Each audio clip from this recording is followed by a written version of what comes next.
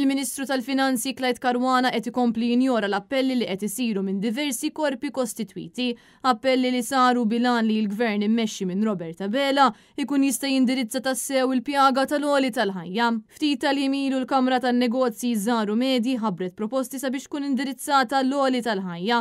B'waħda mill-proposti kienet propri li l-Gvern inaqqas il-VAT minn 18% għal 15%. Madankollu waqt seduta li saret it-tnejn fil-għaxija fil-Parlament, il-Ministru Clyde Caruana wera biċ-ċar illi maċċettax dawn il-proposti għal iskontu ikun hemm effett negattiv. Li kieku nagħtu dawn il-konċessjonijiet kollha li tnaqqas lemm u tnaqqas law, wieħed ikun qed jistieden sabiex jidħlu iktar operaturi fis-suq li jieklu aktar mill-bottom line tal-businesses. Fl-istess diskors Clyde Caruana tkellem ukoll dwar il-mudell ekonomiku preżenti u wara tant snin jippromovi ekonomija bbażata fuq l-importazzjoni ta' ħaddiema barranin fejn anki kien bassar li l-popolazzjoni ta' Malta tista' titla sa 800,000 persuna, il-Ministru Clyde Caruana issa qed jiddikjara li l-ekonomija tal-pajjiż għandha tmur lejn investiment li jeħtieġ inqas nies biex inkunu produttivi.